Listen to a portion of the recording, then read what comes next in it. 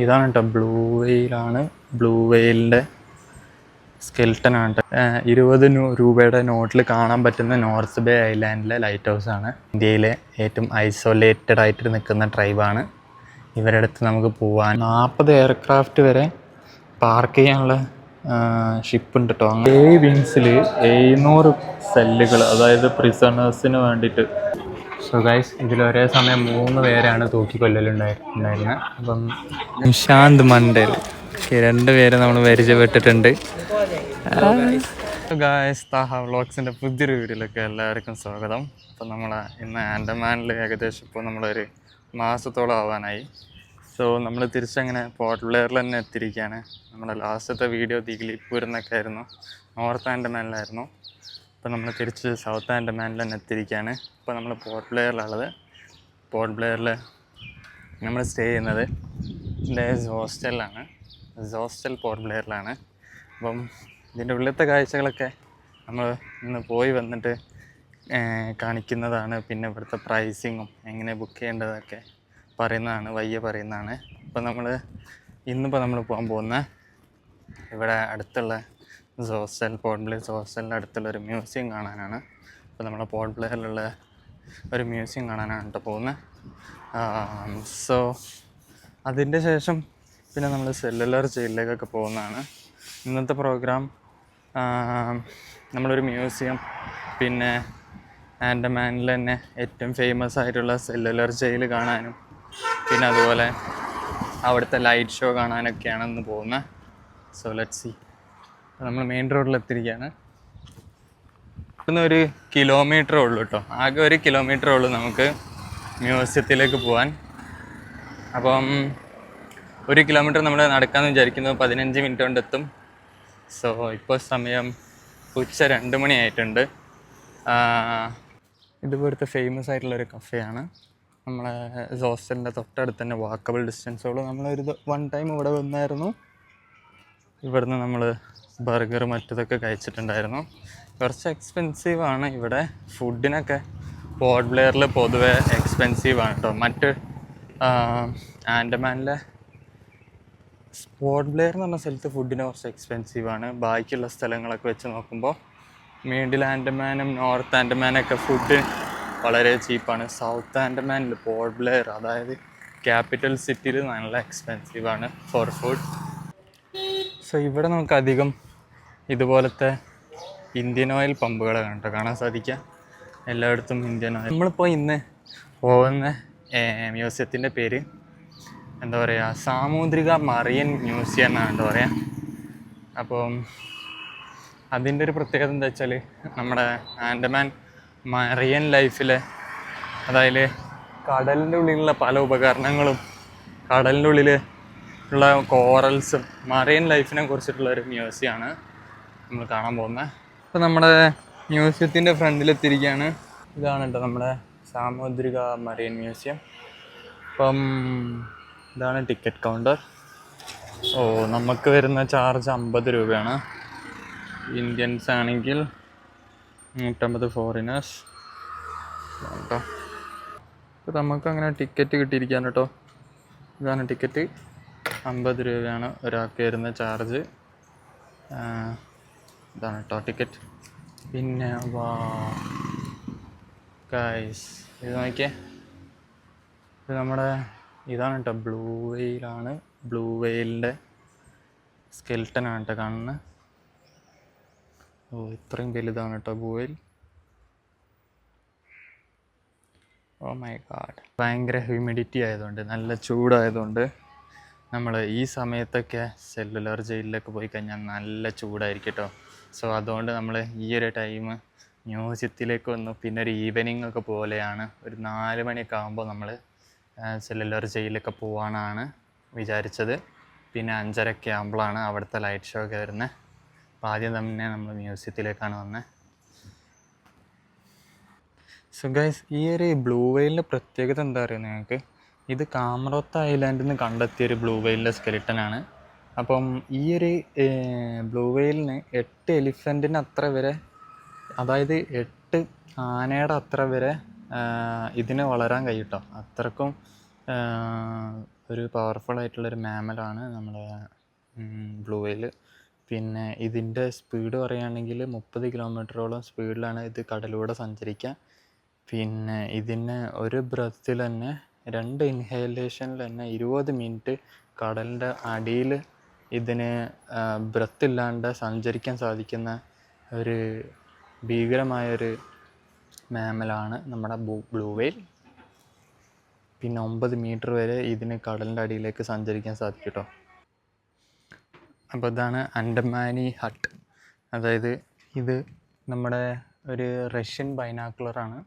ഈ ബൈനാക്കുലറിലൂടെ നമുക്ക് നോക്കുമ്പം നോർത്ത് ബേ ഐലാൻഡിലെ ലൈറ്റ് ഹൗസ് കാണാൻ സാധിക്കും കേട്ടോ. പിന്നെ ഇതിൻ്റെ ഒരു പവർ എങ്ങനെയാണെന്ന് വെച്ചാൽ ഇത് 15x സൂമിൽ നമുക്ക് കാണാൻ പറ്റും കേട്ടോ. പിന്നെ ഇത് ജൂലൈ 2024 ഇവിടെ എസ്റ്റാബ്ലിഷ് ചെയ്തിരിക്കുന്നത്. യെസ്. പിന്നെ നമ്മുടെ ഇന്ത്യൻ കറൻസി 20 രൂപയല്ലേ, 20 രൂപയുടെ നോട്ടിൽ കാണാൻ പറ്റുന്ന നോർത്ത് ബേ ഐലാൻഡിലെ ലൈറ്റ് ഹൗസാണ്. അതായത് ഇത് കേട്ടോ. ഇത് നമ്മുടെ ആൻഡമാൻ്റെ നോർത്ത് ബേ ഐലാൻഡിൽ 20 രൂപയുടെ ബാക്കിൽ കാണുന്ന ചിത്രം നമ്മളെ ആൻഡമാൻ ഐലാൻഡിലെ നോർത്ത് ബേ ലൈറ്റ് ഹൗസാണ്. ഇതാണ് നിക്കോബാരി സ്റ്റൈലിൽ വരുന്ന ഹട്ട് കേട്ടോ. ഇതിന് നിക്കോബാരി ഹട്ട് എന്നാണ് പറയുക. ഇനി ഇവിടെ നളന്ദ ഹാൾ എന്ന് പറഞ്ഞൊരു നേവൽ ഷിപ്പ് എയർക്രാഫ്റ്റിൻ്റെ ഒക്കെ കുറിച്ചിട്ടുള്ള കാണാൻ പറ്റുന്നൊരു മ്യൂസിയമാണ്. പിന്നെ ഗൈസ് ഇതാണ് കേട്ടോ നമ്മുടെ സെൻറ്റിനൽസ് ട്രൈബ് വരുന്നത്. അതായത് ഭയങ്കര ഡേഞ്ചറസ് ആയിട്ടുള്ള ട്രൈബാണ്. ഇന്ത്യയിലെ ഏറ്റവും ഐസൊലേറ്റഡ് ആയിട്ട് നിൽക്കുന്ന ട്രൈബാണ്. ഇവരുടെ അടുത്ത് നമുക്ക് പോവാനോ കാണാനോ ഒന്നും സാധിക്കില്ല. പക്ഷേ ഇവരിപ്പോഴും ഇവിടെയുണ്ട്. അവരുടെ ഒരു രൂപം ഇങ്ങനെയാണ്. ഒരുപാട് വർഷങ്ങൾക്കൊക്കെ മുന്നേ പോയിട്ടുണ്ടായിരുന്നു. വേൾഡിലെ ഏറ്റവും ഐസൊലേറ്റഡ് ആയിട്ടുള്ള ട്രൈബാണ് കേട്ടോ ഇത്. നമ്മുടെ സെൻറ്റിനൽ ഐലാൻഡ് എന്ന് പറഞ്ഞ ട്രൈബാണ്. അവർ ഭയങ്കര ഡേഞ്ചറസ് ആയിട്ടുള്ള ട്രൈബാണ്. അവരടുത്ത് നമ്മൾ പോവാൻ ശ്രമിക്കുകയാണെങ്കിൽ അവരുടെ അമ്പ് കൊണ്ട് നമ്മുടെ കഥ തീരും. അതോടെ നമ്മുടെ കഥ തീരും. ഏതൊരു വർഷം 2007 ഏതൊരു ഫോറിനർ അതിക്രമിച്ച് കയറിയിട്ട് പിന്നെ പുള്ളി തിരിച്ചു വന്നിട്ടില്ല എന്നുള്ള ഇതാണ് അറിയാൻ പറ്റിയത്. പുള്ളിയുടെ ബോഡി ഇപ്പോഴും ഫൈൻഡ് ഔട്ട് ചെയ്യാൻ പറ്റിയിട്ടില്ല. സോ അതാണ് അവിടുത്തെ ഒരു സ്റ്റോറി. സോ നമുക്കിവിടെ നേവൽ നന്ദ ഹാളിലെ നേവൽ ഇതിനെക്കുറിച്ച് കാണാം. അപ്പോൾ നേവീനെ കുറിച്ചിട്ടുള്ള ഓരോ മോഡൽസൊക്കെയാണ് ഇതിൽ കാണിക്കാൻ പോകുന്നത് ഇവിടെ ഉള്ളത്. ഓ സമാധാനം ഗൈസ്. നല്ല AC, ഫുൾ AC ആട്ടോ ഇതിൻ്റെ ഉള്ളിൽ. നല്ല സുഖം. ചൂടിൽ നിന്ന് AC-ലേക്ക് വരുമ്പോൾ നല്ല സുഖം. ഷിപ്പുകളും അവരുടെ എയർക്രാഫ്റ്റ് മോഡലുകളും ഷിപ്പിൻ്റെ മോഡലുകളും പിന്നെ അങ്ങനത്തെ ഓരോന്നൊക്കെയാണ് നമുക്കിവിടെ കാണാൻ സാധിക്കുന്നത്. യെസ് ഗൈസ്, നേവിയുടെ ഓരോ എയറോപ്ലെയിനിൻ്റെ മോഡലുകൾ കേട്ടോ. എയർക്രാഫ്റ്റിൻ്റെ ഓരോ മോഡൽ കാണാം. ഇവിടെ കാണുന്ന ഓരോ എയറോപ്ലെയിനുകളും എയർക്രാഫ്റ്റിൻ്റെ മോഡലുകളാണ് നമുക്കിവിടെ കാണാൻ പറ്റുന്നത്. അതിന് ഓരോ പേരൊക്കെ കൊടുത്തിട്ട് ഇങ്ങനെ നമുക്ക് ഓരോ മോഡലുകൾ കാണാം കേട്ടോ. ഹെലികോപ്റ്ററിൻ്റെ മോഡലുണ്ട്, എയറോപ്ലെയിനിൻ്റെ മോഡലുണ്ട്, എയർക്രാഫ്റ്റിൻ്റെ എല്ലാത്തിൻ്റെ മോഡലുകളുണ്ട്. അതുപോലെ ഓരോ ഷിപ്പുകൾ മോഡലുകളുണ്ട്. ഇത് ഡൽഹിയിലും പിന്നെ കൊൽക്കത്തയിലും അങ്ങനെയൊക്കെ പല സ്റ്റേറ്റിലും കൂടെ സഞ്ചരിക്കുന്ന ഇന്ത്യൻ നേവിയുടെ കപ്പലിൻ്റെ ഒക്കെ മോഡലുകളാട്ടോ നമുക്കിവിടെ കാണാൻ സാധിക്കുന്നത്. പിന്നെ അതുപോലെ ഇത് നോക്കിയേ, എയർ ഡിഫെൻസ് ഒക്കെ നേവിയുടെ ആണ്.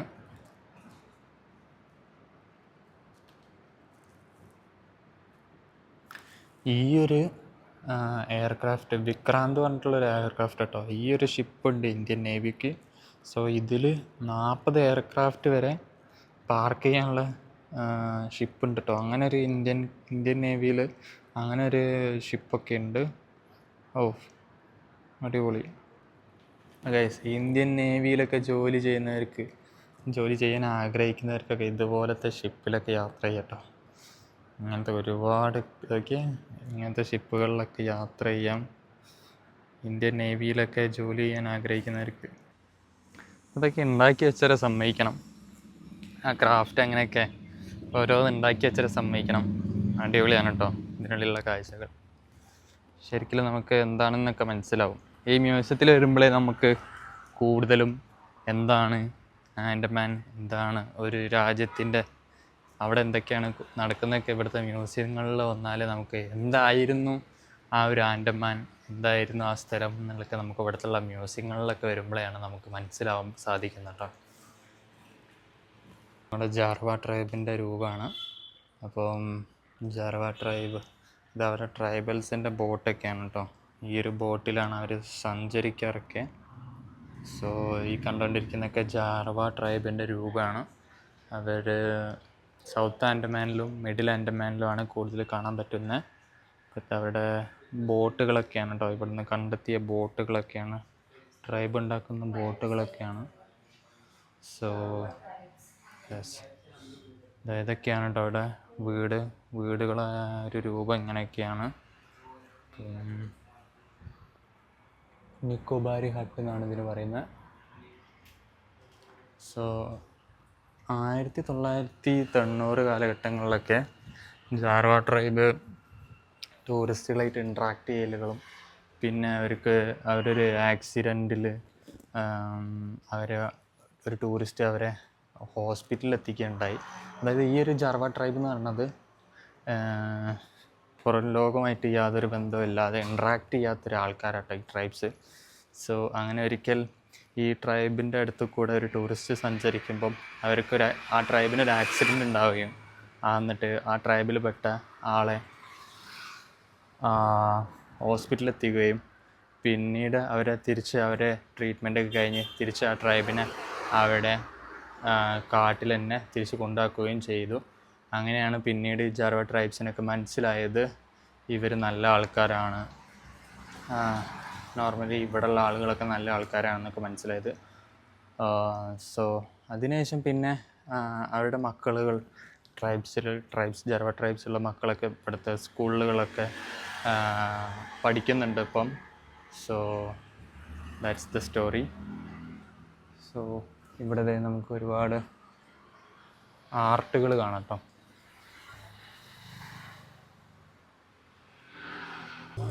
ജാർവ ട്രൈബിൻ്റെ ഡ്രസ്സാണ് കേട്ടോ ഈ കണ്ടുവന്നിരിക്കുന്നത്. ഇതവിടെ ക്ലോത്ത്സ് ആണ്. ഇത് ഓരോ ആനിമൽസിൻ്റെ ഒക്കെ ഓരോ സ്കിന്നുകളാണ് കേട്ടോ. ഇതാണ് അവർ ധരിക്കുന്ന ക്ലോത്ത്സൊക്കെയാണ്.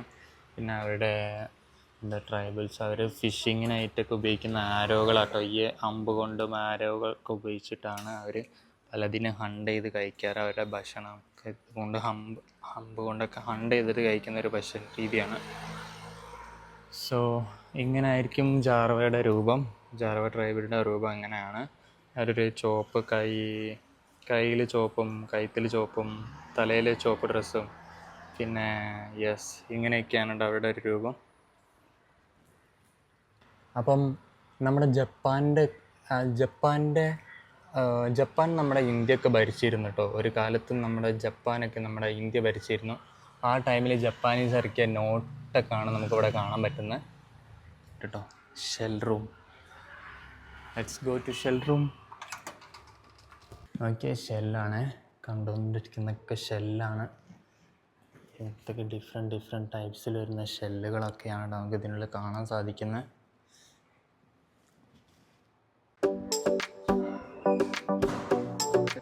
ഈ ടൈപ്പ് ഷെല്ലുകളൊക്കെ നമുക്ക് ഈ ആൻഡമാനിലാണ് കാണപ്പെടുന്നത്.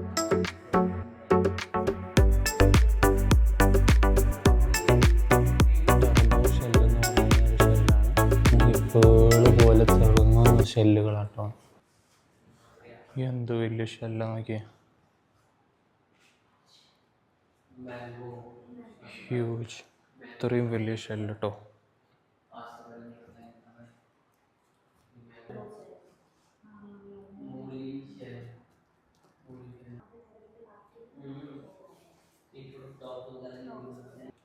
നമ്മളെ ഷീഷോറാണ്. ഇതിനൊക്കെ സ്കോർപ്പിയോൺ ഷെല്ല് എന്നാണ് പറയുന്നത്. ഗൈസ്, ഇത് ആമയുടെ ഷെല്ലാട്ടോ. ആമയുടെ പുറത്ത് കാണുന്ന ഷെല്ലാണ്. ഓ ഇതെന്ത് വലുതാണെന്നറിയോ, ഭയങ്കര വലുതാണ്.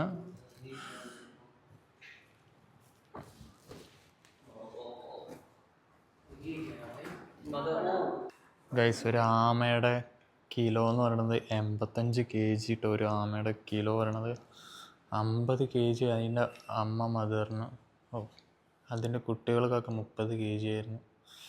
ഇതാണ് ആ ടേർട്ടിലിൻ്റെ പേര്. ഇതാണ് ആൻഡമാനിൽ വരുന്ന സാൾട്ട് വാട്ടർ ക്രോക്കഡൈൽ കേട്ടോ. നമ്മൾ ക്രോക്കഡൈലിനെ ഒരിക്കലും നേരിട്ട് കണ്ടിട്ടുണ്ട് ആൻഡമാൻ, നേരിട്ട് ഒറിജിനലായിട്ട്. മ്യൂസിയത്തിൽ അങ്ങനെ അല്ല നേരിട്ട് കണ്ടിട്ടുണ്ട്. പിന്നെ ഇവിടെ അതുപോലെ വേറെ കോറൽ റൂം എന്നുണ്ട്, അടുത്ത കോറൽസിൻ്റെ കേട്ടോ. അപ്പോൾ ഷെല്ലായിരുന്നു കഴിഞ്ഞ, അടുത്ത കോറൽസാണ്. അപ്പോൾ ഇവിടെ കാണപ്പെടുന്ന ഓരോ ഹോൺബില്ലുകളും പിന്നെ വൈൽഡ് പിഗ്, ഡിയേഴ്സൊക്കെയാണ്. ഇനി നമ്മൾ അടുത്ത് കയറാൻ പോകുന്ന കോറൽ റൂമിലേക്കാണ് കേട്ടോ. ഇത് കോറൽസിൻ്റെ ഒരു ലോകമാണ്. ഡിഫറെൻറ്റ് ടൈപ്സ് ഓഫ് കോറൽസ് ഉണ്ട്.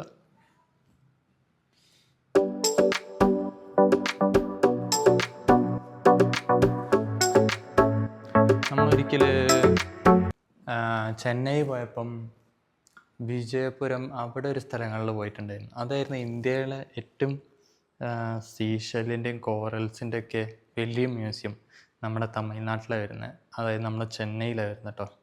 ചെന്നൈയിലൊരു സ്ഥലമുണ്ട്, അവിടെയാണ് ഏഷ്യയിലെ തന്നെ ഏറ്റവും ഹയസ്റ്റ് ആയിട്ടുള്ള, ഏറ്റവും ലാർജസ്റ്റ് ആയിട്ടുള്ള സീഷെല്ലിൻ്റെ മ്യൂസിയം അവിടെയാണ് വരുന്നത് കേട്ടോ. അപ്പോൾ ചെന്നൈയൊക്കെ പോകുന്നവരൊക്കെ ആ സ്ഥലങ്ങളൊക്കെ പോകാൻ ശ്രമിക്കുക.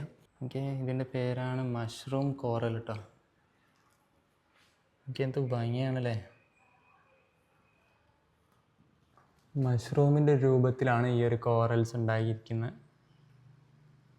ഇപ്പം ഈ സ്ഥലത്ത് വരുന്നവർക്കൊക്കെ ആയിട്ട് ഇവിടെ ബേബി ഫീഡിങ് റൂമുണ്ട്, വാഷ്റൂമുണ്ട്, ലേഡീസ് മെൻസ് ടോയ്ലറ്റ് എല്ലാം ഉണ്ട് കേട്ടോ. സെൽഫി പോയിൻ്റ് എന്നൊക്കെ പറഞ്ഞിട്ട് ഇതൊക്കെ കൊടുത്തിട്ടുണ്ട്.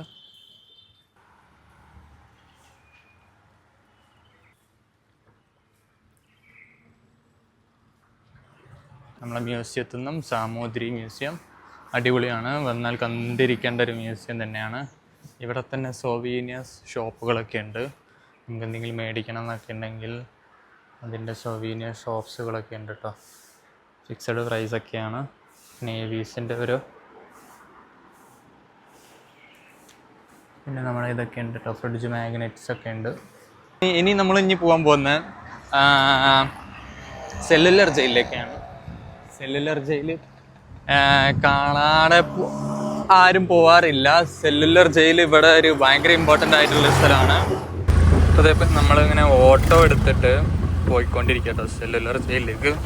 അപ്പോൾ ഏതാണ്ട് ഒരു 3 കിലോമീറ്ററാണ് നമ്മുടെ മ്യൂസിയത്തിൽ നിന്നും സെല്ലുലർ ജയിലിലേക്കുള്ളത്. അപ്പം 70 രൂപയാണ് പറഞ്ഞിരിക്കുന്നത്. നമ്മുടെ സെല്ലുലർ ജയിലിൻ്റെ ടിക്കറ്റ് കൗണ്ടറാണ്. അപ്പോൾ 4 മണി വരെയാണ് ടിക്കറ്റ് കൊടുക്കുന്നത്. എൻട്രി ഫീ വരുന്നത് 30 രൂപയാണ്. ഇതൊക്കെയാണ് കേട്ടോ ഇവിടുത്തെ സ്ട്രക്ചർ. ടിക്കറ്റ് കൗണ്ടറാണ്. നമ്മൾ നേരത്തെ വന്ന് ടിക്കറ്റ് എടുക്കണം. അപ്പം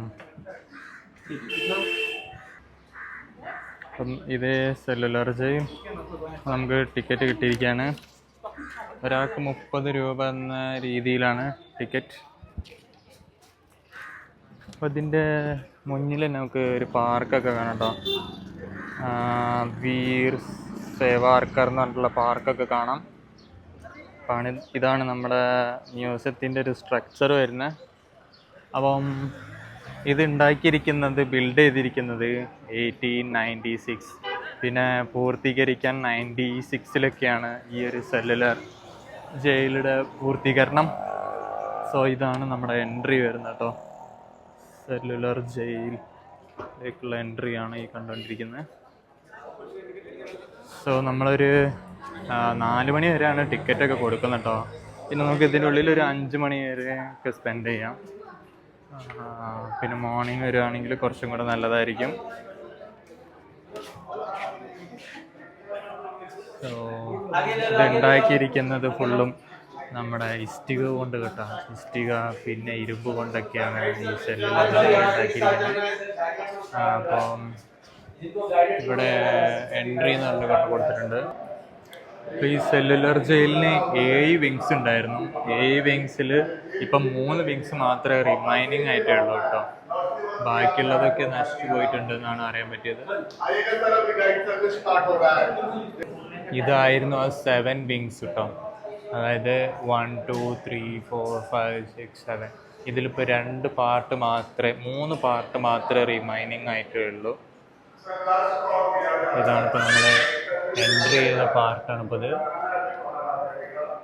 അപ്പം ഇവിടെ മൊത്തത്തിൽ 700 സെല്ലുകൾ ഉണ്ടായിട്ടുണ്ട് എന്നാണ് അറിയാൻ പറ്റില്ല.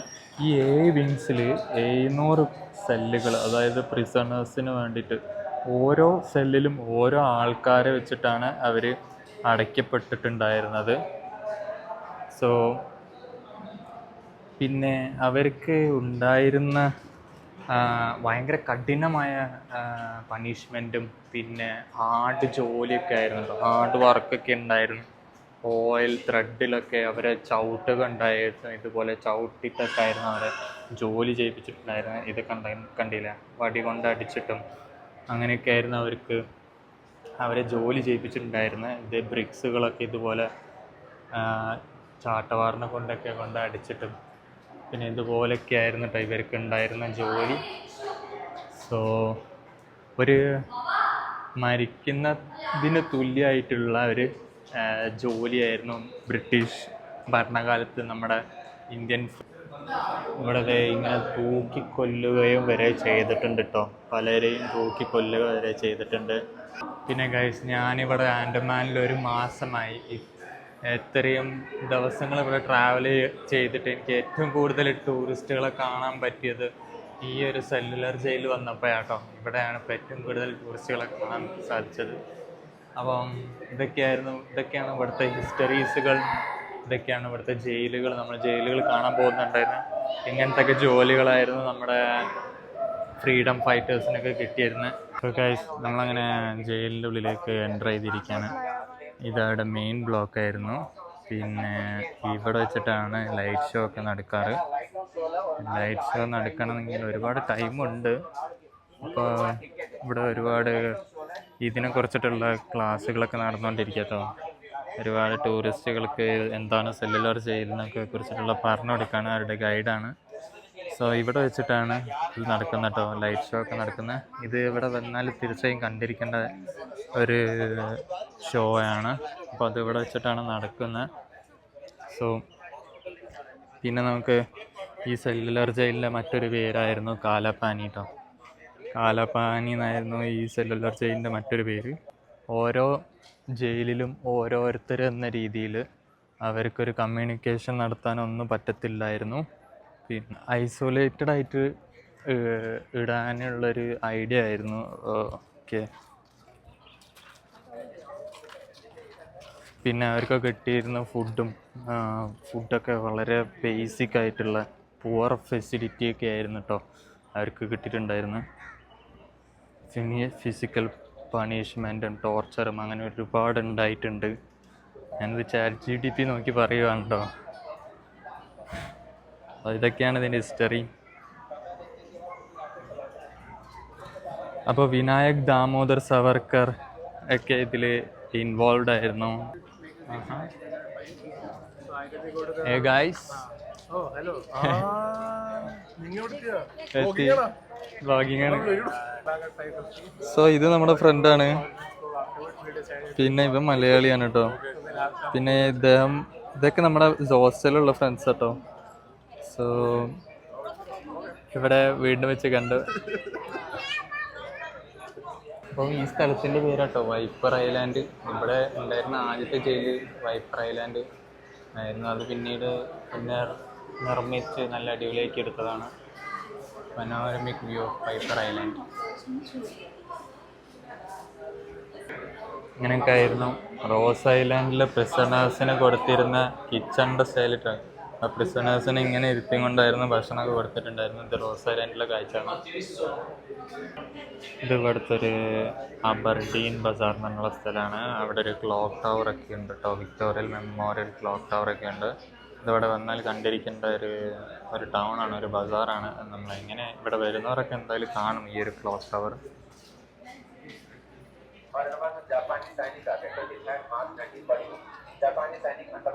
അപ്പോൾ നമ്മളങ്ങനെ ജയിലിൻ്റെ ഉള്ളിലത്തെ ഒരു കാഴ്ച കാണാൻ വേണ്ടി എൻ്റർ ചെയ്യാൻ പോവാണ്. ഇതാണ് കേട്ടോ, അതിൻ്റെ ഉള്ളിലേക്ക് കയറുകയാണ്.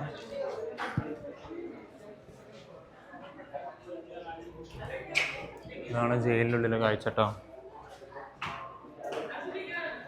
ഇവിടെ ഇങ്ങനെ ഒരു കാറ്റ് കിട്ടാൻ ഒരു എയർ പോയിന്റ് ഉണ്ട്. ഈ ഒരു ജയിലിൽ ഒരാളെ മാത്രം നിർത്തുള്ളൂ കേട്ടോ, ആർക്കും കമ്മ്യൂണിക്കേഷൻ ചെയ്യാൻ പറ്റില്ല.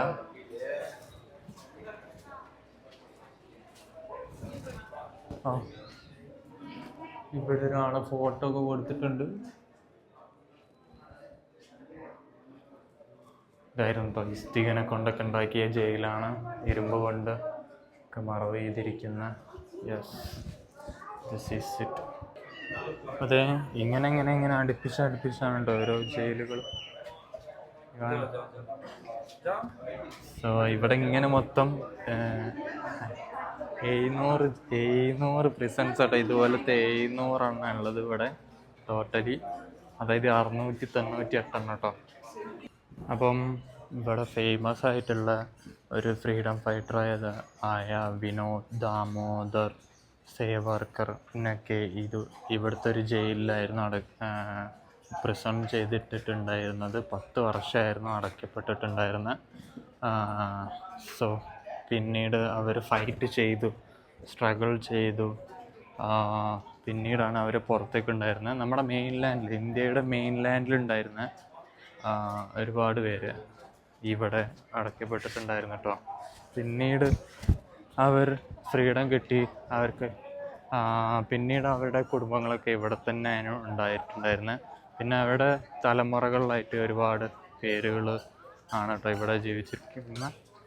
പിന്നെ ഇന്ത്യയിലെ പല ഭാഗങ്ങളിലുള്ള ആളുകൾ ഇവിടെ ജയിലിൽ അടയ്ക്കപ്പെട്ടിട്ടുണ്ടായിരുന്നു. യെസ്. അപ്പം അതിൻ്റെ ഇവിടുത്തെ കുറേ ഗാലറിയിലുള്ള കാഴ്ചകളൊക്കെ കാണാം. അപ്പോൾ ഇതാണ് ഓയിൽ മില്ല് എന്ന് പറഞ്ഞിട്ടുള്ള ഓയിൽ മില്ലാണ് കേട്ടോ. ഇവിടെ ഏറ്റവും കഠിനമായിട്ടുണ്ടായിരുന്ന ഒരു വർക്കായിരുന്നു ഓയിൽ മില്ലിലെ വർക്ക്. ഇത് ചെയ്തുകൊണ്ടിരിക്കുമ്പോൾ 2-3 പേരൊക്കെ മരിച്ചിട്ടുണ്ട്. ഇത് മരണത്തിന് തുല്യമായിട്ടുള്ള ഒരു ജോലിയാണ് കേട്ടോ ഈ ഓയിൽ മില്ല് എന്ന് പറഞ്ഞിട്ടുള്ള ഈ ഒരു വർക്ക്. ഓയിൽ മില്ലിലെ ജോലി എന്ന് വെച്ചാൽ ഇതിൽ ഇങ്ങനെ ഒരു മനുഷ്യൻ ഇതിങ്ങനെ ചുറ്റിനും കറക്കണം കേട്ടോ ഇത്, എന്നിട്ടാണ് ഓയിൽ ഉണ്ടാക്കുന്നത്. ഭയങ്കര കഠിനമായൊരു ജോലിയാണ്. ഇതാണ് ഫ്ലോഗിങ് ഫ്രെയിം എന്ന് പറഞ്ഞിട്ടുള്ളൊരു ഇതാണ്.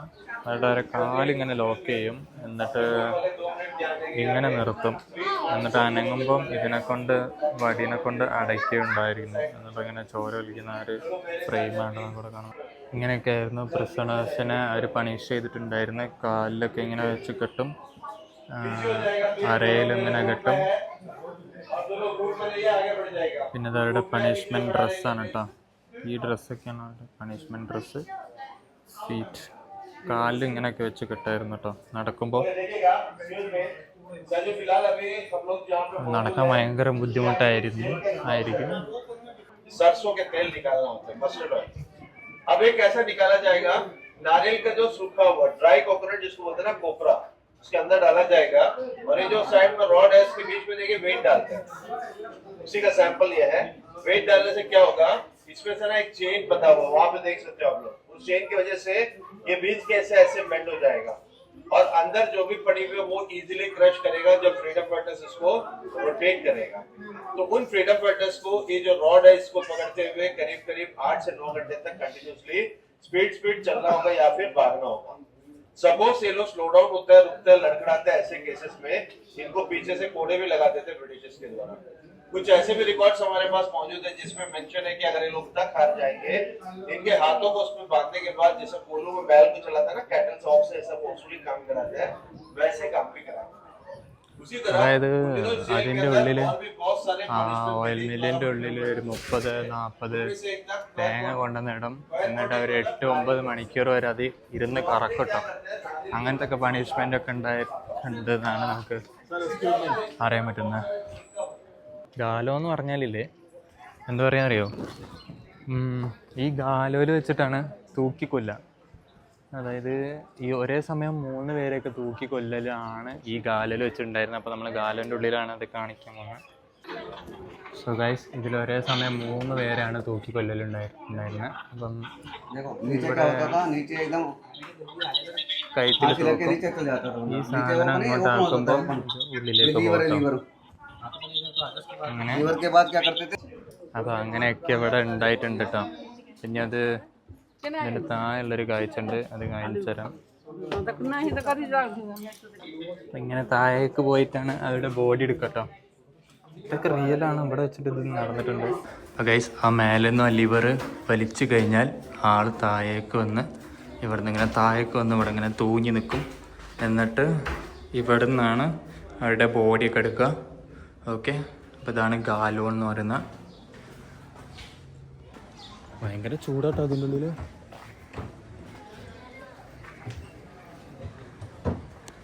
നമ്മൾ വീർ സവാർക്കറിനെ സെല്ലിൽ അടിക്കപ്പെട്ട് 2nd ഫ്ലോറിലാണ്. അപ്പോൾ വീർ സവാർക്കറിൻ്റെ സെല്ല് കാണാൻ പോവാണ്. അപ്പോൾ ഇത്രയും പൊളിറ്റിക്കൽ ലീഡേഴ്സിനൊക്കെ ഇവിടെ അടയ്ക്കപ്പെട്ടിട്ടുണ്ടായിരുന്നു കേട്ടോ. പഞ്ചാബിൽ നിന്ന് ഒരുപാട് പേര്, നമ്മുടെ മെയിൻലാൻഡിലുള്ള പഞ്ചാബിൽ നിന്ന് ഒരുപാട് പേര്, പിന്നെ അതുപോലെ ആന്ധ്രാപ്രദേശിൽ നിന്നുള്ള ഒരുപാട് പേര്, ഉത്തർപ്രദേശിൽ നിന്നുള്ള ഒരുപാട് പേര്, പിന്നെ നമ്മുടെ ബംഗാളിൻ്റെ പാട്ടിൽ നിന്നുള്ള ഒരുപാട് പേര്. അവിടുത്തെ പൊളിറ്റിക്കൽ ലീഡേഴ്സിനൊക്കെ ഇവിടുത്തെ ജയിലിലായിരുന്നു അടയ്ക്കപ്പെട്ടിട്ടുണ്ടായിരുന്നത്. പിന്നെ അതുപോലെ ബംഗാളിലുള്ള, പിന്നെ ഇതൊക്കെ അവരുടെ പേരുകളാട്ടോ. അതുപോലെ ഡേറ്റും 1932 ആ ഒരു ടൈമും കൊടുത്തിട്ടുണ്ട്. 1934 അടക്കപ്പെട്ട പൊളിറ്റിക്കൽ ലീഡേഴ്സിനൊക്കെ 1935 ആ ടൈമിൽ. ഇപ്പം ഇതിൻ്റെ ബാക്കിയുള്ള വിങ്സ് ഭാഗം ഇപ്പോൾ ഒരു ഹോസ്പിറ്റലാക്കിയിട്ടാണ് കേട്ടോ ചെയ്തിരിക്കുന്നത്. അതായത് ഇവിടെ ഇപ്പം ടോട്ടലി 7 വിങ്സ് ഉണ്ടായിരുന്നു. അതിലിപ്പം 3 വിങ്സ് റിമൈനിങ് ആയിട്ടുള്ളൂ. ബാക്കിയുള്ള വിങ്സ് പറയുകയാണെങ്കിൽ ഇതൊക്കെ ജയിലായിരുന്നു, പിന്നീട് അത് ഹോസ്പിറ്റലാക്കി മാറ്റിട്ടോ. ഇതൊക്കെ ഇപ്പം ഹോസ്പിറ്റലാണ്, നമുക്ക് പുറത്തുനിന്ന് കാണാം. ഇതൊക്കെ ജയിലുകളായിരുന്നു കേട്ടോ. ഇതാണ് ഈ ജയിലിൻ്റെ ഒരു ലോക്കിംഗ് സിസ്റ്റം, ഇങ്ങനെയാണ് കേട്ടോ. ഗൈസ്, ഇതായിരുന്നു കേട്ടോ വീർ സവാർക്കറിൻ്റെ സെല്ല്, ഇതായിരുന്നു. അപ്പം ഇതായിരുന്നു കേട്ടോ, ഇതായിരുന്നു ആ പുള്ളി വീർ സവാർക്കർ. ഇതായിരുന്നു അവർ ഭക്ഷണം കഴിച്ചിട്ടുണ്ടായിരുന്നത്. ഇതായിരുന്നു പുള്ളിക്കാരുടെ ഡ്രസ്സ് കേട്ടോ. പുള്ളിക്കാർക്ക് ഇതിൻ്റെ ഉള്ളിൽ കിട്ടിയിരുന്ന ഡ്രസ്സ് ഇതായിരുന്നു. ചാക്കുകൊണ്ടൊക്കെ ഉള്ള ഡ്രസ്സൊക്കെ ആയിരുന്നു. അപ്പം ഇങ്ങനെയൊക്കെയായിരുന്നു വീർ സവാർക്കറിനെ അവർ പണിഷ്മെൻറ്റ് ചെയ്തിരുന്നത്. കാലിൽ ചങ്ങലക്കും അരക്ക് ചങ്ങലയും കഴുത്തിലൊക്കെ ഇങ്ങനെയൊക്കെയായിരുന്നു കേട്ടോ അവരെ പണിഷ് ചെയ്തിരുന്നത്. അപ്പോൾ ഇതായിരുന്നു പുള്ളിക്കാരുടെ സെല്ല്, ഇതായിരുന്നു. പുള്ളിയുടെ ഇവിടെ ഈ സെല്ലിലുണ്ടായിരുന്ന പുള്ളി 10 വർഷമായിരുന്നു കേട്ടോ പുള്ളി ഈ സെല്ലിലുണ്ടായിരുന്നു. പിന്നീട് പുള്ളിക്ക് ഫ്രീഡം കിട്ടുകയും പിന്നീട് പുള്ളി വേറെ സ്ഥലങ്ങളിലേക്കൊക്കെ ഫ്രീഡം ഫൈറ്ററായിട്ട് പിന്നെ മാറി. അപ്പോൾ ഇവിടെ നമുക്ക് ഇങ്ങനെ 3 വിങ്സ് ആട്ടോ റിമൈനിങ് ആയിട്ടുള്ള. ഇതൊരു വിങ്സാണ്, പിന്നെ ഇതടുത്ത വിങ്സാണ്, പിന്നെ ഇത് അതുപോലെ ഒരു വിങ്ങാണ് കേട്ടോ. ഇങ്ങനെ അതിന് 3 വിങ്സാണ് ഇപ്പോൾ റിമൈനിങ് ആയിട്ടുള്ളത്. ബാക്കിയുള്ള 4 വിങ്സ് ഹോസ്പിറ്റൽക്കായിട്ടും പിന്നെ മറ്റുള്ള ഓരോന്നിനും മാർക്കറ്റിങ്ങിനായിട്ടും എടുത്തിട്ടുണ്ട്. അപ്പോൾ ഇത് ഇങ്ങനെ 3 വിങ്സാണ് ഇനിയിപ്പോൾ റിമൈനിങ് ആയിട്ടുള്ളത്. സോ ഇത്തരം കാര്യങ്ങളൊക്കെയാണ് ഇന്നത്തെ വീഡിയോയിലുള്ളത്. ഇനി നമ്മൾ ലൈറ്റ് ഷോ കാണാൻ പോകുന്നു. ലൈറ്റ് ഷോ ഇവിടെ തൊട്ട് താഴെ തന്നെയാണ്. അത് നമുക്ക് ഒരു 5:30യോടെയാണ് അത് സ്റ്റാർട്ട് ചെയ്യുന്നത്. അരമണിക്കൂറോടെ തന്നെ നമ്മുടെ ലൈറ്റ് ഷോ സ്റ്റാർട്ട് ചെയ്യുന്നതാണ്. സോ നമ്മുടെ ഈ ലൈറ്റ് ഷോയുടെ ഇതും കഴിഞ്ഞിട്ട് നമ്മളെ വീഡിയോ അവസാനിപ്പിക്കുന്നതായിരിക്കും. ഇത്രയും കാര്യങ്ങളൊക്കെയാണ്. ഇത് നമ്മൾ 2 പിള്ളേരെ ഇവിടെ പരിചയപ്പെട്ടിട്ടുണ്ട്. Your name? Prateek. Your name? Nishant Mandal. Okay, 2 പേരെ നമ്മൾ പരിചയപ്പെട്ടിട്ടുണ്ട്. യെസ്, അപ്പോൾ അതെ എൻ്റെ ഇൻസ്റ്റ ID ഒക്കെ ചോദിക്കുന്നുണ്ട്. Insta ID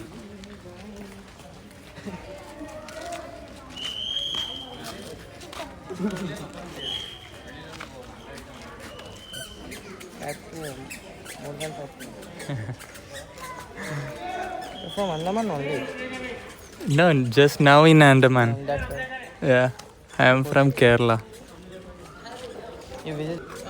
Nepal and Sri Lanka, Bhutan, Tanzania, Ethiopia, 5 countries. Oh. Which thing you like in Nepal most? Nepal trekking, Trekking which trek? Annapurna. Annapurna, Base camp. circuit. Circuit. Great. After next week, I am going Nepal. In my wish list, I already saved that trek. Yes, you can. Annapurna. All you have to dream. Be prepared for the trek. Manifesting there. Always. Like Nepal, Ladakh in bike. You climb 8 times Saddle Peak. Still big. ഈ പയ്യൻ 8 പ്രാവശ്യം സഡൽ peak കയറിയിട്ടുണ്ട്. And also we are traveling near Andaman all beaches like Reef Island, Point Island, Aqua Island. Nice. Also I post in Google Map for helping tourist travelers. I can show you. Oh, I'm in nice level 6 man. in local guide. Nice. Oh. So recently we are starting some clips video and traveling in our. You post pictures on Google Map. Yeah. Upload We pictures. thought that we have make some series type vlogs and put in pages Instagram. Oh, beautiful. But, matlab, like Andaman series type, hidden places, we travel, do, visit every place and show the people. You know, I met one more friend from North Andaman. He's from Diglipur. His name is Parmit. Parme. Yeah, similar to your name. Your name? Pratik Mandal. Pratik. Yes, Pratik. Same name. I will show his picture. അതെ നമ്മളൊരു item പറഞ്ഞിരിക്കുകയാണ്. ഇസ്കാ പോലെ Dokla. Dhokla എന്ന് പറഞ്ഞൊരു സാധനം കേട്ടോ. ഇത് try ചെയ്ത് നോക്കട്ടെ.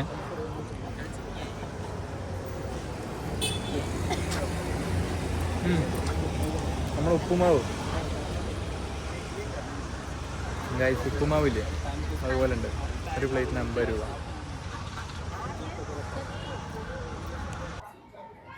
സോ ഗൈസ്, നമ്മളിന്ന് ഈവനിങ് 2 പേരെ പരിചയപ്പെട്ടില്ലേ, ആരും കൂടെ ആയിരുന്നു കേട്ടോ. നമ്മളങ്ങനെ മറീന പാർക്കിലൊക്കെ പോയി ഇരുന്ന് സംസാരിച്ചു, വെള്ളം കുടിച്ചു. സോ ഇപ്പോൾ അതേ നമ്മൾ തിരിച്ച് നമ്മളെ സെല്ലുലർ ജയിലിലെ ലൈറ്റ് ഷോ ബുക്ക് ചെയ്തിരിക്കുകയാണ്. ഇവിടെ വന്നാൽ കണ്ടിരിക്കേണ്ട ഒരു സംഭവമാണ് സെല്ലുലർ ജയിലിലെ ലൈറ്റ് ഷോ. അപ്പം ഈ ഒരു ലൈറ്റ് ഷോയിലൂടെ കാണിക്കുന്നത് ആ ഒരു ടൈമിലുണ്ടായിരുന്ന സ്ട്രഗിളിങ്ങും പിന്നെ അവിടെ ഒരു കഷ്ടപ്പാടും ഒരു ഹിസ്റ്ററിയൊക്കെ ആയിരിക്കും കേട്ടോ ഈ ഒരു ലൈറ്റ് ഷോയിലൂടെ കാണിക്കുന്നത്. അപ്പം നമുക്ക് കൂടുതൽ എന്താണെന്ന് അറിയത്തില്ല, നമുക്ക് നോക്കാം. അപ്പം ഈ ലൈറ്റ് ഷോൻ്റെ ടിക്കറ്റ് നമ്മൾ ഓൺലൈനിലാണ് എടുക്കേണ്ടത്. Online website Andaman tourism government .in എന്ന് പറഞ്ഞ വെബ്സൈറ്റിലാണ് നമ്മൾ ഈ ടിക്കറ്റ് എടുക്കേണ്ടത്. ലിങ്ക് താഴെ കൊടുക്കാം. 300 രൂപ പേ ചെയ്ത് കഴിഞ്ഞാലാണ് നമുക്ക് ഈ ഒരു ടിക്കറ്റ് കിട്ടുന്നത്. സോ ഗൈസ്, അപ്പോൾ നമ്മൾ ലൈറ്റ് ഷോ അങ്ങനെ കഴിഞ്ഞിരിക്കുകയാണ്. അപ്പോൾ നമ്മൾ പുറത്ത് വന്നു. ഒരു 1 hour ആയിരുന്നു നമ്മുടെ ലൈറ്റ് ഷോ ഉണ്ടായിരുന്നത്. സോ അത് വർത്തിട്ടായിരുന്നു. ഒരു എമൗണ്ടിനുള്ളതുണ്ടായിരുന്നു. ലൈറ്റും സൗണ്ട് എഫക്റ്റൊക്കെ അടിപൊളിയായിരുന്നു. കിടിലൻ എക്സ്പീരിയൻസ് ആയിരുന്നു കേട്ടോ. സോ ഇവിടെ വരുന്നവർ ഇതൊന്ന് മിസ് ചെയ്യരുത്.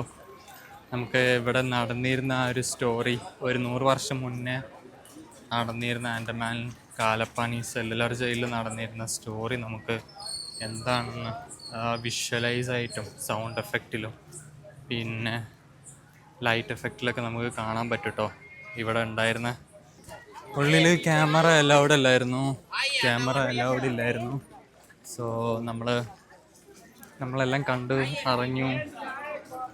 സോ 1945 ഇന്ത്യക്ക് ഫ്രീഡം കിട്ടിയ ശേഷം സെല്ലുലർ ജയിലുണ്ടായിരുന്നവരെല്ലാം പിന്നെ ഫ്രീഡം കിട്ടി പോവുകയായിരുന്നു ഉണ്ടായിരുന്നത്.